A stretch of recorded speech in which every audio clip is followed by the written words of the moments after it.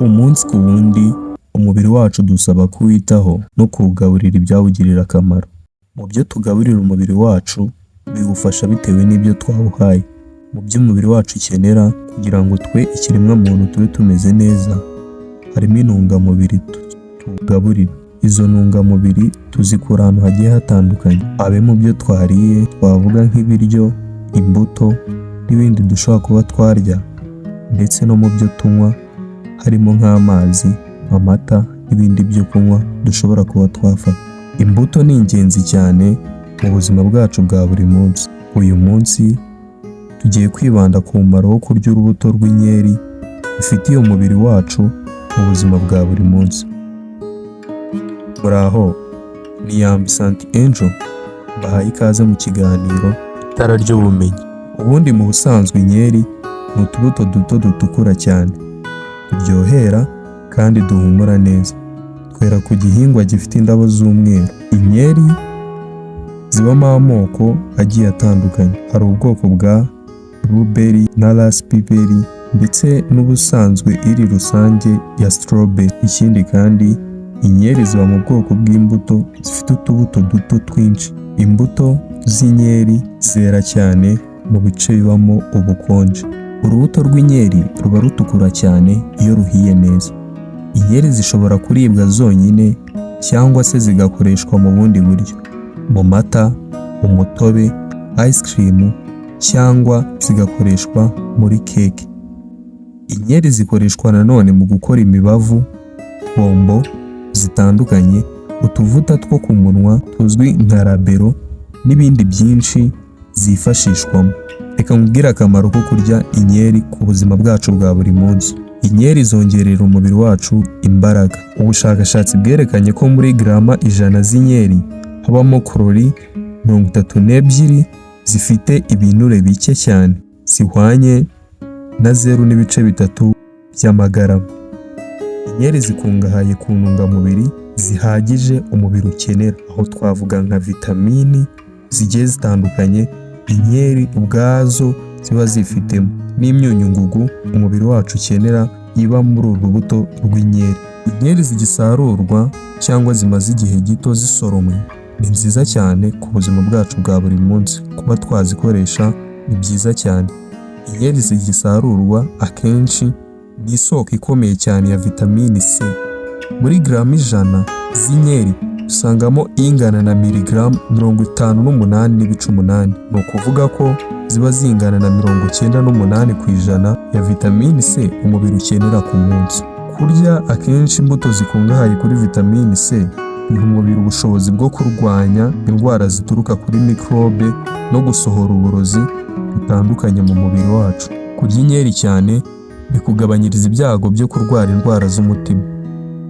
Bigabanya amavuta mabi ya cholesterol mu maraso ndetse na cholesterol yose mu mubiri. Ubushakashatsi bwakozwe bwerekana ko kurya inkeri bigabanya umuvuduko w'amaraso, kubyimbirwa, kanseri n'urupfu ruturutse ku burwayi bw'umutima, kuko kurya inkeri cyane bigabanya ibyago byo kurwara indwara zataka umutima n'izindi zigiye zitandukanye. Inkeri zifitemo ingano nyinshi ya phytochemicals na phenolic acid, flavonols na flavonols. Inkeri kandi zifitemo nanone acide yitwa ellagique.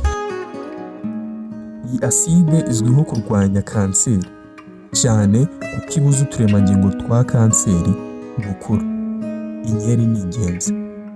Ibi byose nubwo ubushakashatsi bukiri buke, gusa bwerekana ko birinda ku rwego rwo hejuru kanseri, gusaza, birimo no kuzana iminkanyari mu maso, infection, ndetse inkeri zirinda cyane uturemangingo tw'ubwonko gusaza vuba, tugahorana imbaraga mu mikorere yatwo. Ikindi kandi nakubwira, niba ukunda kuba warya inkeri, niba udakunda no kuzirya, gerageza kuzirya kuko ni ingirakamaro ku buzima bwacu bwa buri munsi. Ese wari uzi ko inkeri zirinda umuntu gusaza vuba? Inkeri zubaka uruhu kandi zikubaka uruhu rwiza rusa neza kandi rukeye. Inkeri zikize kuri vitamini B zitandukanye. Hari vitamini B6, vitamini B3, vitamini B9, vitamini B5. Izi zose zifasha mu mikorere y'umubiri kuko zifitemo intungamubiri no gutanga imbaraga, gukora ibinure n'andi masukari agiye atandukanye. Inkeri zibamo vitamini A, vitamini E na beta carotene nkeya cyane ishoboka itagira ingaruka mbi ku mubiri. Byose bifasha mu kurinda umubiri uburozi butuma umubiri usaza cyangwa uhura n'uburwayi bushobora kuba bwaba bubi ku buzima bwawe bwa buri munsi.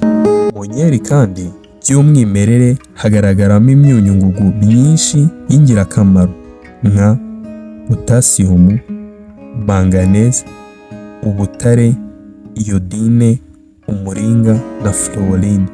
Potasiyumu, uyu munyungugu ni ingenzi ku turemangingo ndetse kandi ni ingenzi mu kurinda umubiri umuvuduko w'amaraso no gutuma umutima utera neza. Potasiyumu ni ingenzi ku buzima bwacu bwa buri munsi. Uyu munyungugu ni mwiza cyane. Naho umuringa we witabazwa mu gukora insoro zitukura, mu rurimi rw'amahanga twakwita red blood cell. Ubutare bugira akamaro mu ikorwa ry'amaraso ndetse na fluoride ifasha mu gukomeza amagufa.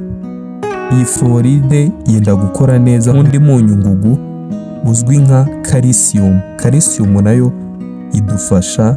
ifasha umubiri wacu gukomeza amagufa. Ikindi kandi iyi fluoride ikomeza amenyo, ikaba yanayarinda uburwayi bugiye butandukanye. Iyi myunyungugu yose maze kuvuga n'akamaro kayo iboneka mu nkeri icyarimwe. Iyi nkeri ukomeze kugira ubuzima bwiza. Inkeri nanone abashakashatsi bavuga ko ari urubuto rurinda abakuze kwibagirwa. Nibyo koko, ni ibya nyabyo. Inkeri zirinda abakuze kwibagirwa. Zifite intungamubiri na vitamini zifasha ubwonko guhora bukora neza butanasaza vuba. Icyitondero, inkeri zishobora gutera allergie ku mubiri ikomeye ku bantu bamwe na bamwe. Ntabwo ari bose. Ibimenyetso bikunda kugaragara cyane ni ukubyimbirwa k'umubiri. Wakoze kubana nanjye ndi Intore Mumfura Silent Fire Toma na Billion African Black Dreamer Boy and John Speaker Boy alone to make a load of Tokaras Jimus Pamufita antagonist. Nitwa Yambi Santi Angel. Hug life was I am alone.